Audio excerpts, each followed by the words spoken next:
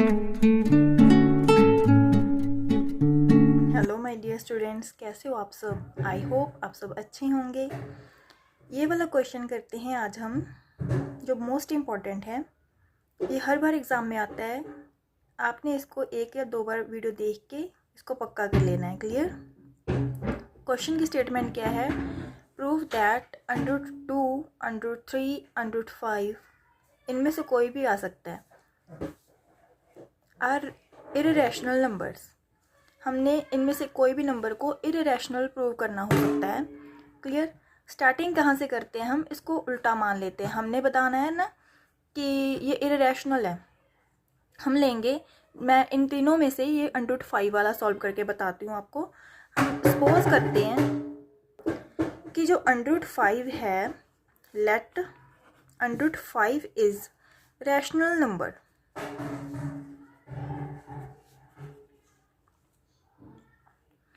Clear. जिस चीज़ को हमने प्रूफ करना होता है उससे उल्ट हम उस नंबर को मान लेते हैं। इसको हम रैशनल मानेंगे। जब हम सॉल्व करेंगे रैशनल नहीं आएगा, फिर हम एंड में रिजल्ट निकाल लेंगे कि ये इरेशनल है। क्लियर।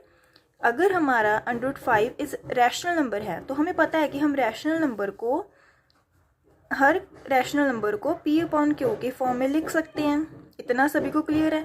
P/Q क्या होता है? ये दोनों इंटीजर होते हैं और दोनों को प्राइम होते हैं। क्लियर। यहाँ पे ये इम्पॉर्टेंट लाइन आपने लिखनी है। P/Q को प्राइम नंबर। को प्राइम क्या होता है? जिनमें सिर्फ ओनली 1 उनका कॉमन फैक्टर होता है। जैसे 2 और 5, इन दोनों में कुछ भी कॉमन नहीं है ना, ओनली 1। 1 के अलावा इनका कोई भी कॉमन फैक्टर नहीं होता। क्लियर। यहाँ पे मैं लिख लेती हूँ, 1 के अलावा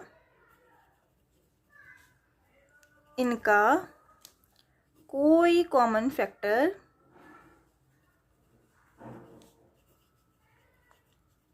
नहीं होता। इतना याद रह जाएगा।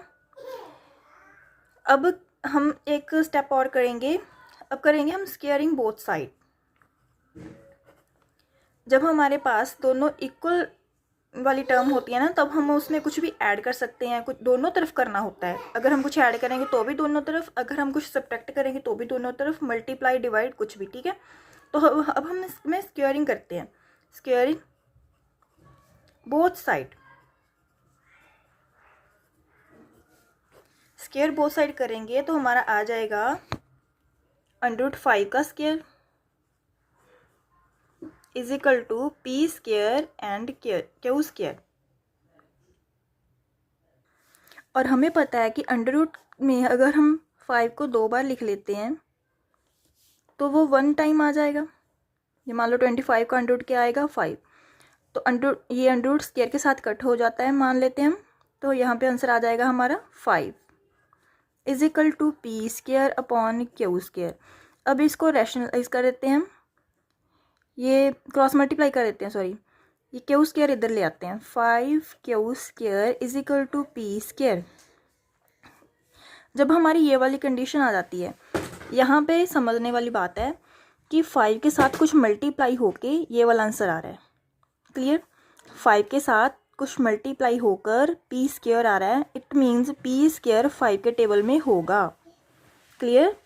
जैसे एग्जाम्पल, 5 के साथ मैं 3 मल्टीप्लाई कर दूँ तो यहाँ पे 15 बन जाएगा। तो 5 में 15 इसके टेबल में आता है। क्लियर। और इसका स्क्वेयर कर दें, 5 × 9 45। इट मीन्स अगर मैं 5 को किसी नंबर के साथ मल्टीप्लाई कर रही हूँ तो ये 45 ही उसके टेबल में आता है।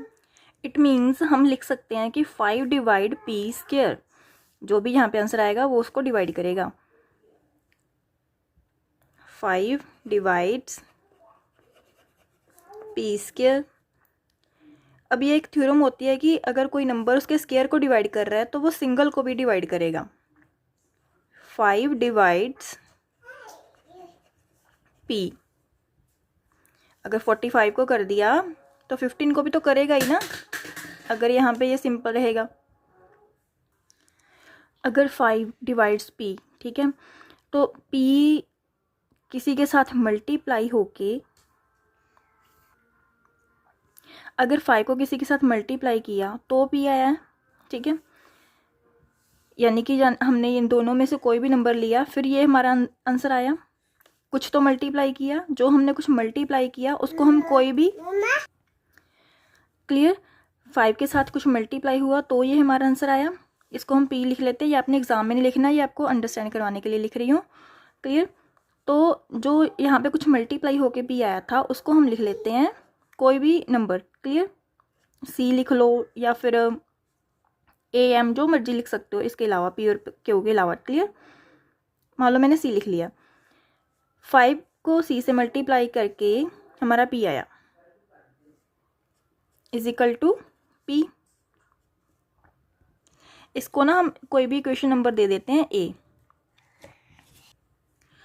इसको अगर हम कोई नाम दे देते हैं a, या आप 1 2 कुछ भी लिख सकते हो अपनी मर्जी से। इसको नाम दे दिया मैंने, मान लो ये a नंबर इक्वेशन है, ठीक है।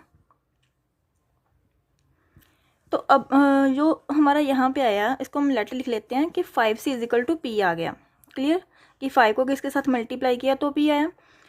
ये वाली इक्वेशन को put it in a square, put this in equation number a, जो इक्वेशन a मानी है ना हमने, हाँ जी बेटा, उसमें आपने यहाँ पे पुट कर लेना p की वैल्यू को। तो मेरा क्या आ जाएगा, p Q square is equal to, p की जगह पे लिख लूँगी मैं 5c का स्क्वायर। तो अब इसको खोल लो, ये क्या बन गया, 25c स्क्वायर 5 क्यू स्क्वायर। अब ये वाला 5 इधर ले जाकर हम डिवाइड कर देते हैं, Q square is equal to 25/5 c square, cut करके आ गया 5।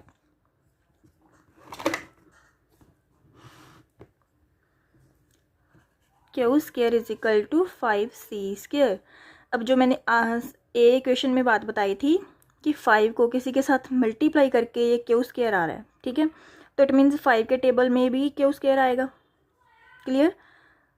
जो पहले किया ना हमने, 5 को किसी के साथ मल्टीप्लाई करके ये वाला नंबर आ रहा है, इट मीन्स 5 क्यू स्क्वायर को डिवाइड कर रहा है। This implies 5 divides Q square. अगर क्यू स्क्वायर को कर रहा है तो 5 डिवाइड्स क्यू भी करेगा, क्लियर। अब यहाँ पे क्या हो गया, इसको नंबर दे दो 2। इक्वेशन नंबर 1 में देखो 5 divides p and 5 divides q, ठीक है, p अपॉन q का कॉमन फैक्टर आ गया 5, पर हमने तो कहा था स्टार्टिंग में कि उसका ओनली 1 कॉमन फैक्टर होना चाहिए। तो अब यहाँ से क्या आ गया, 5 इज कॉमन फैक्टर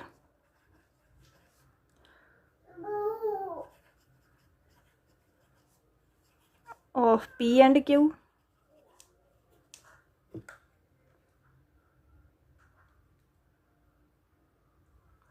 क्लियर। यहाँ पे लिख लेंगे हम फ्रॉम 1 एंड 2, इक्वेशन 1 एंड 2 से हमें क्या मिला, 5 is common factor of p and q। It तो अब ये क्या कर रहा है, हमारी जो अजम्पशन है उसको क्या कर रहा है, रॉन्ग प्रूव कर रहा है। It prove